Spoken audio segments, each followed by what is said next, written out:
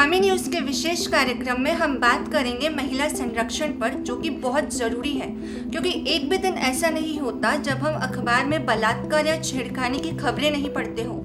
वहीं सरकार के साथ कुछ सामाजिक संस्थाएं भी हैं जो महिलाओं की सुरक्षा को लेकर सतर्क है। लेकिन क्या यह प्रयास देश में बलात्कार जैसी घटनाओं को रोकने में काफी है? चलिए थोड़ा पीछे चलते हैं और नजर डालते हैं 16 दिसंबर 2012 की उस रात पर, जिसने पूरे देश को झकझोर के रख दिया।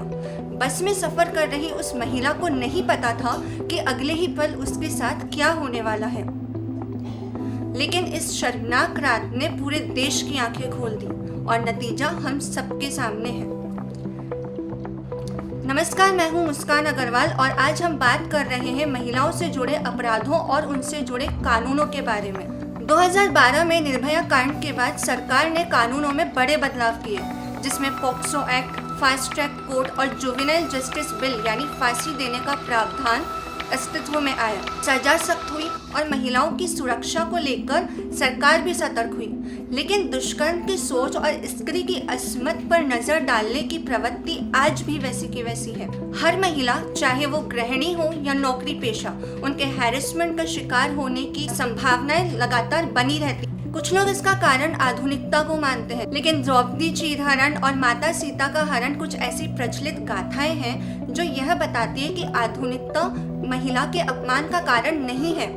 निर्भया कांड के बाद भी हैदराबाद केस, थानागाजी गैंगरेप, हाथरस कांड जैसी कई सारी घटनाएं हैं और हाल ही में 9 साल की बच्ची के साथ हुआ जघन्य अपराध हमें बताता है कि आज भी स्थिति बदली नहीं है। सूत्रों के मुताबिक एनआरसीबी 2020 की रिपोर्ट देखें तो हर 14 से 16 मिनट में एक रेप होता है। पिछले साल की आंकड़ों की माने तो महिलाओं के साथ अपराधों के मामलों में राजस्थान पहले नंबर पर है।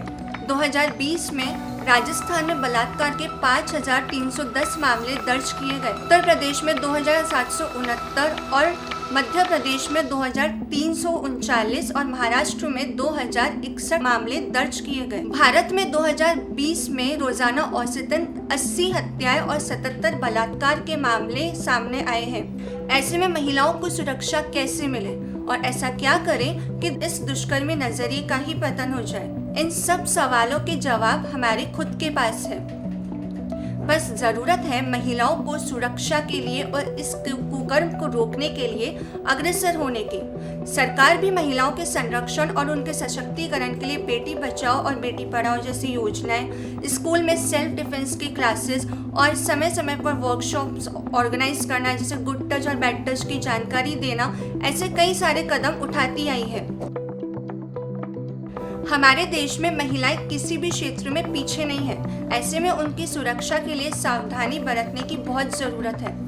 इसके लिए सरकार ने वुमेन हेल्पलाइन नंबर भी जारी किए हैं, जिसमें कुछ गलत होने का अंदेशा होने पर महिलाएं शिकायत दर्ज कर सकती हैं और मदद भी ले सकती हैं। ऐसे ही महिलाएं अधिकारों और उनसे जुड़े सुरक्षा कानून भी सुनिश्चित है, जिनकी जानकारी होना उन्हें बहुत ज़रूरी है, जैसे POSH act, the sexual harassment of women at workplace prevention, prohibition and redressal benefit act 2013, Hindu succession act या हिंदू उत्तराधिकार कानून। ऐसे कई कानून हैं जो महिलाएं ज़रूरत पड़ने पर गवर्नमेंट की वेबसाइट्स पर जाकर देख सकती है। इसके अलावा बात करें अगर बलात्कार के कारणों की, तो कई ऐसे कारण हैं जैसे नशा, पुरुषों की मानसिक दुर्बलता और महिलाओं में आत्मविश्वास की कमी और साक्षरता की कमी के चलते दुष्कर्मी वारदातों पर अंकुश नहीं लग पा रहा है। इसके लिए जरूरत है पुरुषों में स्त्री के प्रति समानता का भाव जागृत करने की और महिलाओं और बच्चों के आत्मसम्मान की अहमियत समझाने की।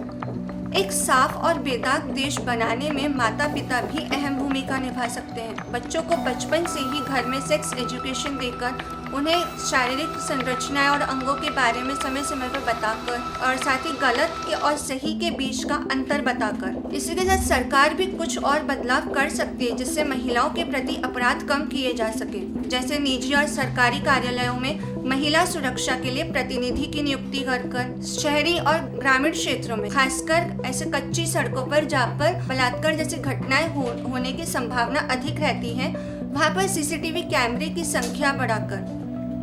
ऐसे और भी कई कार्य हैं जो इन अपराधों को कम करने में मददगार साबित हो सकते हैं। आखिर में बस इतना कहना चाहूँगी कि इस मुद्दे पर बात करने से हिचकिचाए नहीं, तभी हमारे देश में अपराध कम होंगे और महिलाओं के लिए एक सुरक्षित वातावरण बन सकेगा। आगे इस मुद्दे के बारे में आप क्या सोचते हैं और किस प्रकार महिलाओं को सुरक्षा देने में और क्या सुझाव हो सकते हैं, ये सारी बातें आप कमेंट के माध्यम से अपनी राय रख सकते हैं। आज के लिए इतना ही। देखते रहे स्वामी न्यूज़। जय हिंद, जय भारत।